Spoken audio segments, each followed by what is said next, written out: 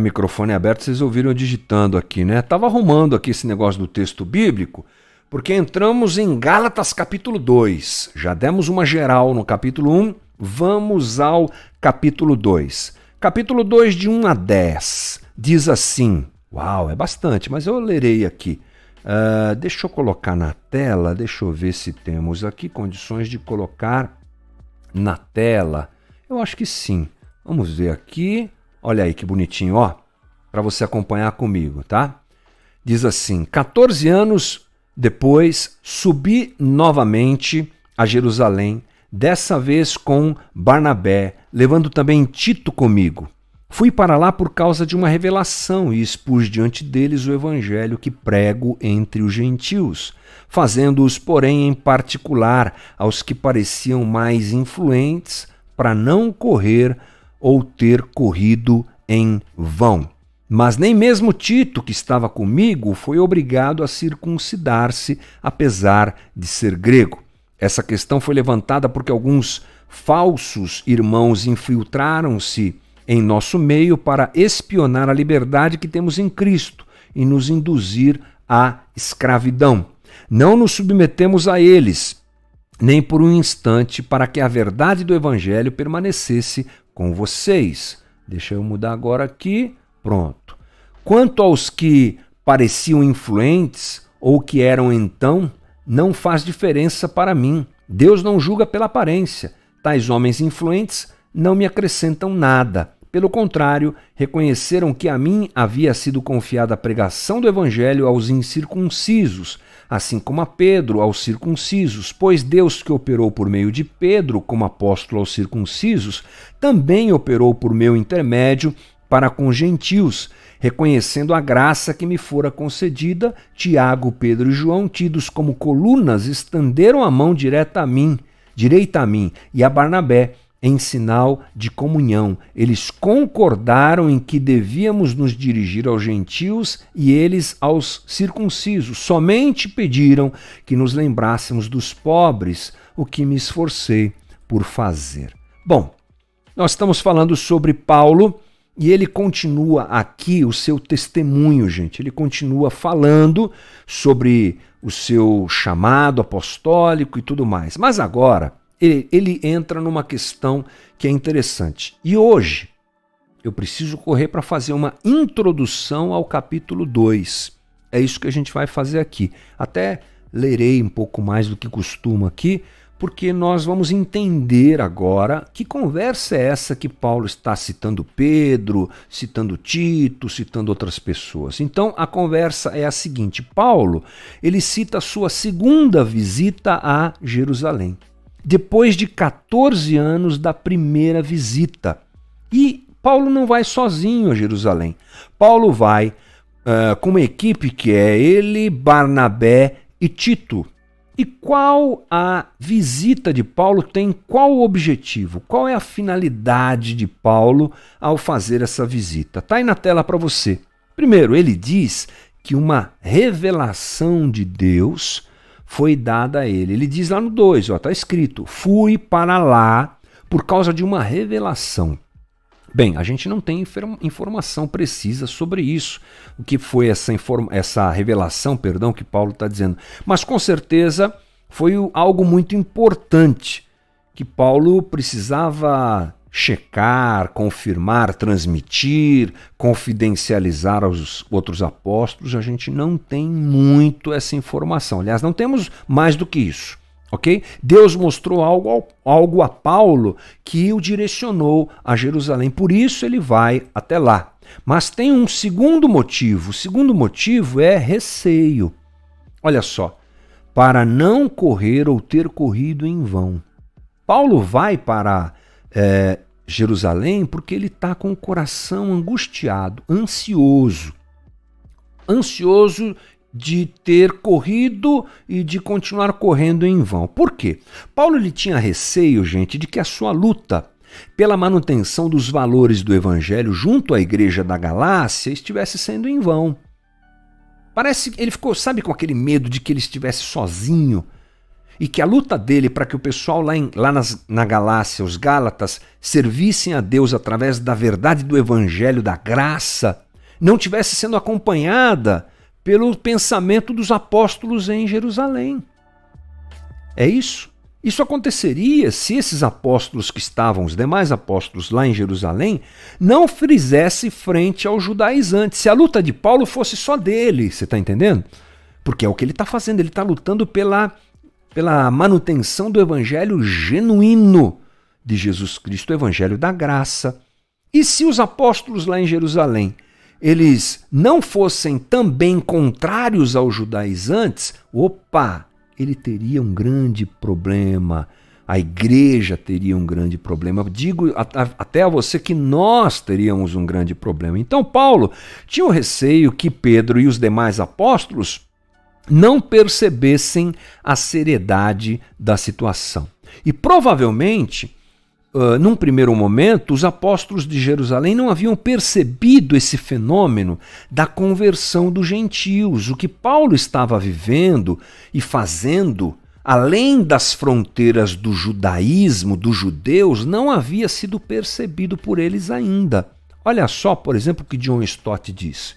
Uma coisa era os líderes de Jerusalém aprovarem a conversão dos gentios, mas conseguiriam aprovar o compromisso com o Messias sem a inclusão do judaísmo?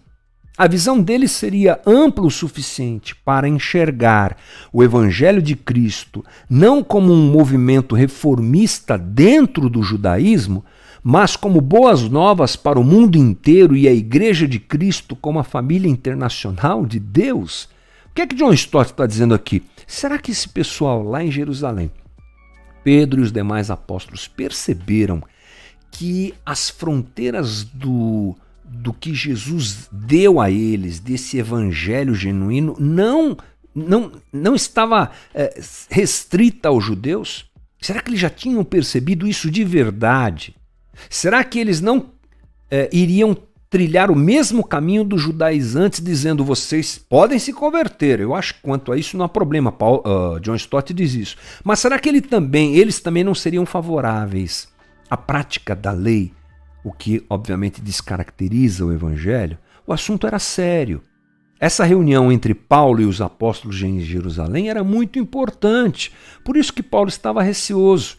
Caso os apóstolos não rejeitassem o pensamento dos judaizantes, eles teriam dividido a igreja em dois grupos. Se tornaria assim a igreja de Paulo e a igreja de Jerusalém.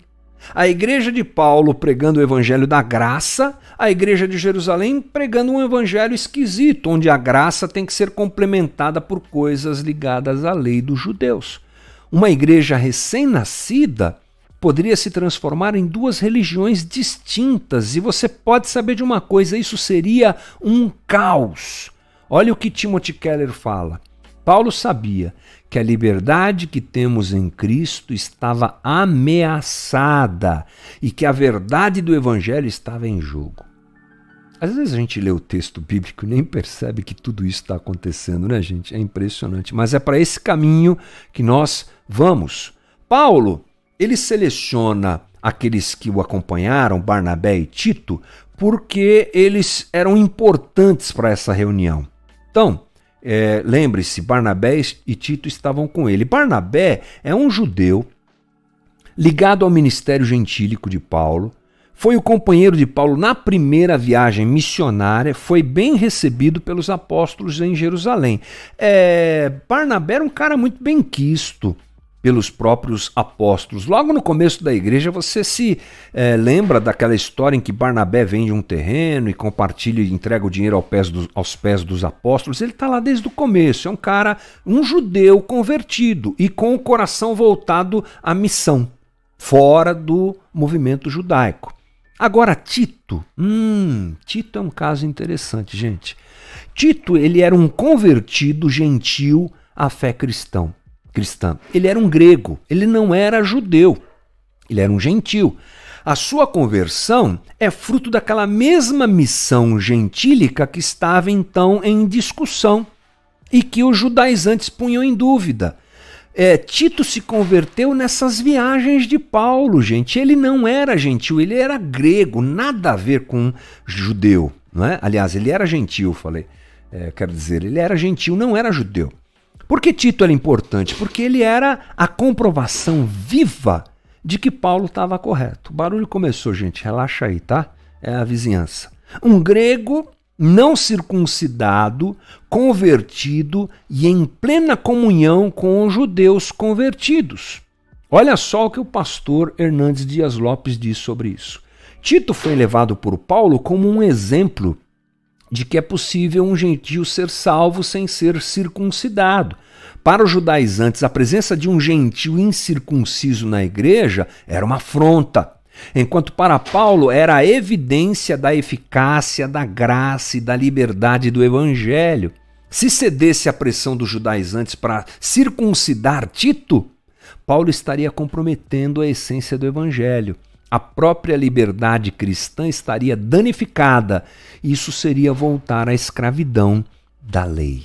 Então, nessa reunião, os judaizantes são confrontados e os apóstolos de Jerusalém aceitam a Tito como um gentio grego incircunciso participante da igreja. Olha que legal, gente. Olha o que diz Gálatas 2:3. Nem mesmo Tito, que estava comigo, foi obrigado a circuncidar-se, apesar de ser grego. Pronto. Os apóstolos de Jerusalém, eles não cederam à pressão dos judaizantes. Isso, uau, é incrível. Isso é maravilhoso. É a preservação do evangelho da graça que chega até a gente hoje, fruto dessa conversa. Parece que não tinha importância, né? Mas é surpreendente quando a gente se debruça um pouquinho no texto bíblico e percebe o que está acontecendo. O evangelho dos apóstolos, o evangelho do apóstolo Paulo, portanto, era o mesmo dos demais apóstolos. O evangelho da graça de Deus, confirmou-se isso. As regras da lei serviram para nos ensinar que não podemos ser salvos por mérito próprio, mas os judaizantes queriam ensinar a salvação pela lei. Esse é o caminho que eles queriam colocar, esse era o jeito que eles queriam que nós vivêssemos, não é? O que na verdade não existe. Olha só o que diz Hebreus capítulo 9, pois as ofertas e os sacrifícios que os sacerdotes apresentam não podem criar no adorador uma consciência totalmente limpa. Tratava-se apenas de alimentos e bebidas e várias cerimônias de purificação. Eram regras externas, válidas apenas até que se estabelecesse um sistema melhor. Sistema melhor é o sacrifício de Cristo na cruz. Olha o que Paulo fala aos Colossenses. Portanto, não deixem que ninguém os condene pelo que comem ou bebem, ou por não celebrarem, certos dias santos, as cerimônias da lua nova ou dos sábados. Então o que acontece, gente? Ao aceitarem Tito, eles estavam confirmando que nós não somos purificados pelo que fazemos e nem aceitos por Deus pelo que fazemos, porque nunca seremos dignos. Somos aceitos por aquilo que Cristo fez na cruz. Fechou-se, né, entre os apóstolos essa realidade. Uau! Graças a Deus! Eles entraram em acordo nesse aspecto e a vida do evangelho seguiu como ela é até nós. Paulo confirma isso, pois ser judeu exteriormente ou ser circuncidado não torna ninguém judeu de fato. Judeu verdadeiro é quem o é no íntimo, e circuncisão verdadeira é a do coração, feita pelo Espírito e não pela letra da lei, recebendo assim a aprovação de Deus e não das pessoas. Então essa é a nossa conversa de hoje. Estamos abrindo um novo leque de entendimento a partir do capítulo 2 de Gálatas e o texto a gente vai aí durante a semana que vem conversar mais sobre isso. E é isso aí, importante nós entendermos esse aspecto da técnico, histórico da presença de Paulo, Barnabé e Tito lá em Jerusalém, o que estava em jogo. Não esqueça mais disso. né? Certo momento a gente teve o perigo de ter dois evangelhos, né? Um verdadeiro na graça, o outro falso na lei, mas graças a Deus eles se ajustaram e continua valendo desde então, desde a obra redentora na cruz, o evangelho da graça. E é isso aí que a gente vai viver dia a dia, é o que eu espero, em nome de Jesus.